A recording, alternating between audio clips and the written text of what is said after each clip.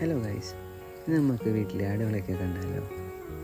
ഈ വീഡിയോ ആടിനെയും ആട് പരിപാലനവും ഇഷ്ടപ്പെടുന്നവർക്ക് മാത്രം വേണ്ടിയിട്ടുള്ളതാണ് കേട്ടോ. അച്ഛൻ്റെ ഒരു ക്രേസിന് പുറത്ത് തുടങ്ങിയാണ് കേട്ടോ ഈ ആട് വളർത്തൽ. ഒരാടിൽ നിന്ന് തുടങ്ങിയിട്ട് ഇപ്പോൾ 10-14 എണ്ണമായി.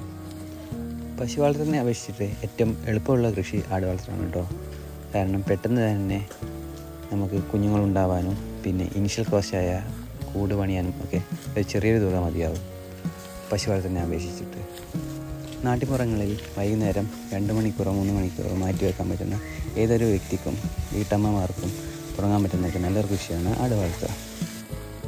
ആട് വളർത്താൻ താല്പര്യമുള്ള തുടക്കക്കാരായ കർഷകരോട് ഒന്ന് മാത്രമേ പറയാനുള്ളൂ, മാക്സിമം വീട്ടിൽ നിന്ന് വളർത്തുന്ന ആടുകളെ തന്നെ തുടക്കത്തിൽ വാങ്ങാൻ ശ്രമിക്കുക. കാരണം കച്ചവടക്കാർ പല ചതികളിലും നിങ്ങളെ എത്തിക്കും.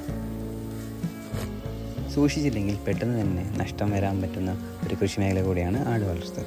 അതുകൊണ്ട് എപ്പോഴും ഒരു എക്സ്പീരിയൻസ് ഉള്ള ഒരാളെ വെച്ചിട്ട് ആടിനെ വാങ്ങാൻ ശ്രമിക്കുക.